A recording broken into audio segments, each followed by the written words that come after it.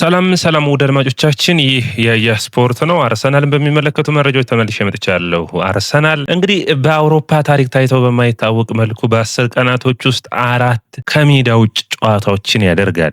ሊቨርፑልን በሜዳው ከገጠመ በኋላ ወደ ፖርትስማውዝ በማቅናት ፖርትስማውዝን ይገጥማል። ከሜዳ ውጭ ቸልሲን ስታንፎርድ ብሪጅ ድረስ በመሄድ በተለይ የሊየም ሮዘነሪ ሁለተኛው ጨዋታ ይሆናል ተብሎ ይጠበቃል። ኖቲንግሃም ፎረስትን ሲቲ ግራውንድ የሚያቀና ይሆናል። ኢንተር ሚላንን ሳንቲያጎ ጁሴፔ ሜዛ ስታዲየም በመሄድ የሚገጥም ይሆናል። እንግዲህ በአጠቃላይ እንደ ጨዋታ 4 ተከታታይ የሜዳ ውጭ ጨዋታዎች ጠንካራ ፉክክርን የሚያደርጉበት ይሆናል። ነገር ግን ከአራቱም ጨዋታዎች ወሳኙ የኖቲንግሃም ፎረስት የሜዳ ውጭ ጨዋታ ነው የሚሆነው። ኢንተር ሚላን ቢሸነፍም እድል ይኖረዋል ብዬ አስባለሁ አርሰናል፣ ምክንያቱም አንደኛውን የመጨረሻው ከከሪየት ጋር ስለሚጫወት የቸልሲ ጨዋታ መልስ ይኖረዋልና ጥንቃቄ ነው ስለ መጫወት ብቻ የሚጠበቅበት ይሆናል። የፖርትስማውዝ ጨዋታ ላይ ደግሞ ኤፍኤ ካፕ ጨዋታ ነው። ያለፉት ዓመታቶች ማይክል አርቴታ ይቅር የማይባል የኤፍኤ ካፕ ደካማ ብቃትን መድፈኞቹ በኤፍኤ ካፑ ብዙ ጊዜ በማሸነፍ የሚታወቁበት ነው። ያንን ሲያደርጉ አይታይም። ዘንድሮ ግን እንግዲህ ባለፉት ዓመታቶች መጥፎ ውጤት ያመጣውንም ነጩን ማሊያ አድርገው አይጫወቱም። ያም ትልቅ ዕድልን የሚያመጣ ነው የሚሆነው። በአጠቃላይ አርሰናል እንግዲህ 4ቱን የሜዳዎች ከሊቨርፑል ጨዋታ በኋላ ያሉትን ፈታኝ ጨዋታዎችን መግጠምና ማሸነፍ ውጤታማነቱን ማስቀጠል የሚጠበቅ ነው የሚሆነው። እንግዲህ አርሰናል በዚህ የጥር ወር 9 ጨዋታዎችን ነው በአንድ ወራት ውስጥ የሚያደርገው። ተጠባቂ ጨዋታዎች አሉ። የሊቨርፑሉ ጨዋታ ወሳኙ ጨዋታ ነው የሚሆነው። በተለይ በኤምሬትስ ነው የሚደረገው። ሐሙስ ምሽት የሚደረገው ተጠባቂ ጨዋታ ነው። በመቀጠል እንግዲህ ኤፍኤ ካፕ፣ ካራባኦ ካፕ፣ ፕሪሚየር ሊግ፣ ቻምፒዮንስ ሊግ 4ቱንም ውድድሮች የሚፋለም ይሆናል። ተጠባቂ እነዚህ ሁኔታዎች ያደርጉታል። ሌላኛው መረጃችን የሚሆነው ካላፊዮሪን በሚመለከት ነው። የካላፊዮሪ ጉዳትን በሚመለከት የብራይተኑ ጨዋታ ላይ ሲያሟሙቅ ነው ጉዳትን ያጋጠመው። ያንን ተከትሎ ሊዩስ ስካሊ ቦታውን ሸፍኖ ሲጫወት አይተናል በብራይተኑ ጨዋታ። ታዲያ ካላፊዮሪ በቅርቡ የመመለስ እድል እንዳለው የቪላና የበርንማውዝ ጨዋታ እንዳለፈው የሚታወስ ነው። ታዲያ ካላፊዮሪን በሚመለከት እንግዲህ በውድድር ዓመቱ አርሰናልን ካስደመሙ አስደናቂ የመከላከል ቅርጽ ካላቸው ተጫዋቾች ውስጥ አንዱ ነው። የካላፊዮሪ መመለስ ግን የተለየ ትርጉም ይኖረዋል ብዬ አስባለሁ። በተለይ አርሰናሎች ጥረታቸውን ያደርጋሉ ለሊቨርፑል ጨዋታ የመድረስ እድል እንዲኖረው። ካይ ሃቨርትዝን በሚመለከት አርሰናል የካይ ሃቨርትዝ ኮንትራት እስከ 2028 ስለሆነ 1 ዓመት የተጨማሪ ኮንትራትን ሊያቀርቡለት ይፈልጋሉ ካለው ላይ። ይህንንም የሚያደርጉ ይሆናል ተብሎ የሚታሰብ ነው የሚሆነው። የ2 ዓመት ኮንትራት ይቀረዋል። እዛ ላይ 3ኛ ዓመት ሆኖ በቀጣይ ጊዜያቶች የሚያሳየውን ብቃት ተከትሎ አርሰናል ላይ ይቆያል ወይስ ይለቃል? የሳምንታዊ ደሞዙ የ275,000 ፓውንዱ በአርሰናል ከፍተኛው ተከፋይ እንደሆነ ይታወቃል። እዛም ላይ ደሞዝ ጭማሪ ይደረጋል ወይ የሚጠበቅ ነው የሚሆነው። ነገር ግን አርሰናል እዚህ ተጫዋች አዲስ ኮንትራትን ለማቅረብ ያሰቡበት ይገኛሉ። ተጨማሪ 1 ዓመት ማራዘሚያ ነው የሚሆነው። ለዲክላን ራይስ 5 ዓመት ኮንትራት ሊያቀርቡለት ነው። ለቲምበር 5 ዓመትን 2028 የሚጠናቀቁ ተጫዋቾች ናቸው እነዚህ። ሌሎቹ 2027 የሚጠናቀቁት የምናውቃቸው አንደኛው ገብርኤል ሄሱስ ነው የሚሆነው። ለሄሱስ እስካሁን ድረስ ምንም አይነት የኮንትራት እድርድርን መድፈኞቹ አላደረጉም። የዚህ ዓመት የውድድር ዓመቱ መጨረሻ ድረስ የሚያሳየው ብቃት በጣም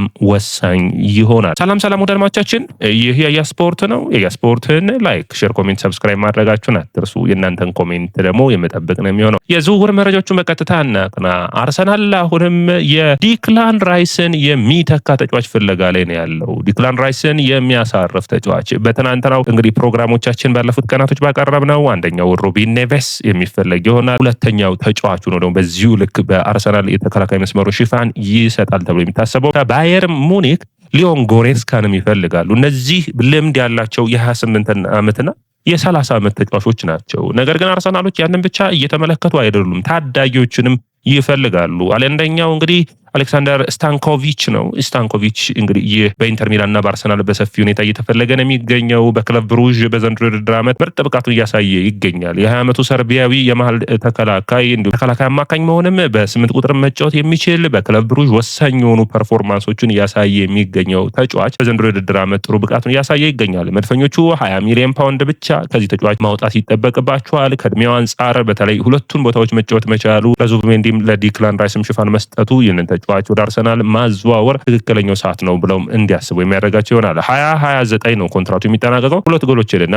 1 አሲስት በውድድር ዓመቱ ላይ ማድረግ ችሏል። ሌላኛው ዳሪ ባኪዮላን የሚመለከት ነው። እንግዲህ ያኛውን መረጃ አሌክሳንደር ስታንኮቪችን የሚመለከተው ጋዜጣ ዴሎ ስፖርት ላይ ነው የወጣው። ዳሪያን ባኪዮላን በሚመለከት ደግሞ ፉት መርካቶ የጣሊያን ማለ የፈረንሳዩ ክንፍ ደግሞ ይህንን መረጃ ሲያወጣ ዳሪያ ባኪዮላ 18 ዓመቱ ፈረንሳዊ የማርሴ አማካይ መስመር ተጫዋች እንግዲህ አርሰናሎች ፊታቸውን በሚገባ ከሚመለምሏቸው ተጫዋቾች ውስጥ አንዱ ሆኗል። ይህ የማርሴ አስደናቂ የማል ተከላካይ በዲዘርቢ ቡድን ውስጥ ምርጥ ብቃትን እያሳየ ይገኛል። 40 ሚሊዮን ፓውንድ ዋጋ ያወጣል ተብሎ ይታሰባል። ነገር ግን ለመድፈኞቹ ኢታን ንዋነሪ፣ ማክስ ዳውንማን በዛ ቦታ ላይ መጫወት መቻላቸው ሌላ ታዳጊን በዚህ ወቅት ማስፈረም ይችላሉ ወይ የሚለው ሌላኛው ጥያቄ ሆኖ መቅረብ የሚጠበቅበት ነው። እንግዲህ አርሰናል በአንድሬ በርታ ስር የምልመላ ክፍሉ ብዙ ተጫዋቾችን እየተመለከቱ እንዳለ የሚታወቅ ነው። ሌላኛው መረጃችን የሚሆነው ሰኢድ አልማሊ ይባላል።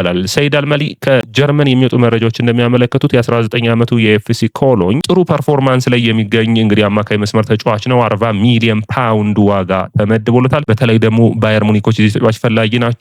ነገር ግን አርሰናል ቀዳሚ ሆኖ የዚህ ውድድር ዓመት 3 አሲስትና 6 ጎሎችን አስቆጥሯል። ሰኢድ አልማሊ ጥሩ ፐርፎርማንስ ያለው ማጥቃቱን በተለይ ደግሞ በመስመርም በፊት ለፊትም አጥቂነት እንዲሁም ደግሞ በተለያዩ ቦታዎች መጫወት የሚችል ተጫዋች ነው በታዳጊ እድሜው። ስለዚህ ይህንን ተጫዋች ለመጠቀም አርሰናሎች ለማስፈረም ይፈልጋሉ። ነገር ግን ጠንከር ያለ ፉክክር ከባየርን ይጠብቃቸዋል ተብሎ የሚታሰብ ነው የሚሆነው። ውድ አድማጮቻችን እንግዲህ ስለ አንድሬ በርታ ስናነሳ በጣም የሚገርመው ዝውውር መስኮቱ ላይ አርሰናልን ይጠቅማሉ ያሏቸውን ተጫዋቾች ለማስፈረም ይሞክራሉ። እንግዲህ ይህ ሁኔታ ደግሞ የተሻለ ፐርፎርማንስ ያላቸው ውጤታማ የሚያደርጉ በተለይ ደግሞ ታዳጊዎችን ለማስፈረም የሚያስብ ይመስላሉ። አርሰናሎች የተሻለ ፐርፎርማንስ ያላቸው ተጫዋቾችንም ዝውውር ላይ የሚያገኙ ከሆነ ማይክል አርቴታ እንደተናገረው ይህ ተጫዋች ማለት ነው የተለያዩ አይነት ጥሩ ፐርፎርማንስ ያላቸውን በጥሩ ሁኔታ ለማስፈረም የሚችሉበት እድል ይኖራል ተብሎ የሚታሰብ ነው የሚሆነው። ሌላኛው ወደ አድማቻችን አርሰናል ታዳጊዎችን ምልመላ ላይ በተለይ ፒየር ሜርቴሳከርን የታዳጊ ቡድን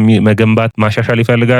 ኢጎር ታዮኒን የሚመለከት ነው። ይህ የብላክበርን ሮቨርሱ የአጥቂ መስመር ተጫዋች አርሰናሎች ሙከራዎችን አድርገው ባለፉት ክረምቶች አልተሳካም። 1 ሚሊዮን ፓውንድ ድረስ አቅርቦ ነበር። 2026 ኮንትራቱ ይጠናቀቃልና ለዚህ ተጫዋች 2.3 ሚሊዮን ፓውንድ በዚህ የጥር የዝውውር መስኮት አቅርበዋል። ታዳጊው አርሰናል ምርጫው አድርገዋል። ታዲያ ዝውውሩ የመጠናቀቅ እድሉ ሰፊ ነው የሚሆነው። አስደናቂ በተለይ በፈጣን መልሶ ማጥቃት እድሎችን በመፍጠር በጣም ጥሩ ከሚባሉ ተጫዋቾች ውስጥ አንዱ ኢጎር ታዮኒን አርሰናሎች እንግዲህ ሊያመጡት ጫፍ ደርሷል ማለት የሚቻል ነው የሚሆነው። አይቮ ቡሃዲን በሚመለከትም ዛሬም አርሰናሎች ጥረታቸው እንደቀጠሉ ነው። ይህ የ18 ዓመት ፈረንሳዊ የሊል ተጫዋች ከሞሮኮ ነው የዘር ሐረጉ የሚመዘዘው። አሁን ለፈረንሳይ ብሔራዊ ቡድን ከ19 ዓመትና ከ21 ዓመት በታች እየተጫወተ ይገኛል። 40 ሚሊዮን ፓውንድ ያወጣል ተብሎ ይጠበቃል። እስከ 2029 በሊል የሚያቆየውን አዲስ ኮንትራት ፈርሟል። ነገር ግን በአርሰናሎች እይታ በጣም ትክክለኛ ተጫዋች ነው ብለምናሉ። በተለይ የአካል ብቃቱ በእንግሊዝ ፕሪሚየር ሊግ ተመራጭ ያደርገዋል። አንዳንዶቹ የአካል ብቃቱን ፊዚካሉን ስታዩ በቃ ይህ ተጫዋች ጎንዶዚን የሚያስታውስ ነው የሚመስለው። ማቴዎ ጎንዶዚ አሁን በላዚዮ ቤት የሚገኘው የቀድሞ የአርሰናል ከማይክል አርቴታ መጀመሪያ ዓመታቶች ውስጥ ከአርቴታ ጋር ተጋጭቶ ከሰበሰቡ ከወጡ ተጫዋቾች ውስጥ አንዱ ነው። ታዲያ ይህ ተጫዋች በሚገርም ሁኔታ በምን ትገረማላችሁ ካላችሁ አርሰናሎች ይህንን ተጫዋች ማስፈረማቸው ብቻ ሳይሆን እንግዲህ ሁለቱም ቦታዎች መሸፈን መቻሉ፣ የአካል ብቃቱ ውጤታማ ማድረጉ፣ ዲክላን ራይስ ሳይኖር ሲቀር አርሰናል በአካል ብቃት ረገድ የሚበለጠውን ብልጫዎችን መውሰድ የሚችል ነው የሚሆነው። መድፈኞቹ አርሰን ዌንገር ከለቀቁ በኋላ ከፈረንሳይን ተጫዋቾች ፊታቸውን ዘወር አድርገዋል። ስለዚህ በመጨረሻ አርሰናል ፈረንሳይ ተጫዋች ሊኖረው ይሆን? አይቮ ቡሃዲ ወደ አድማቻችን የያ ስፖርት ነው። የያ ስፖርትን ላይክ፣ ሼር፣ ኮሜንት፣ ሰብስክራይብ ማድረጋችሁን አትርሱ።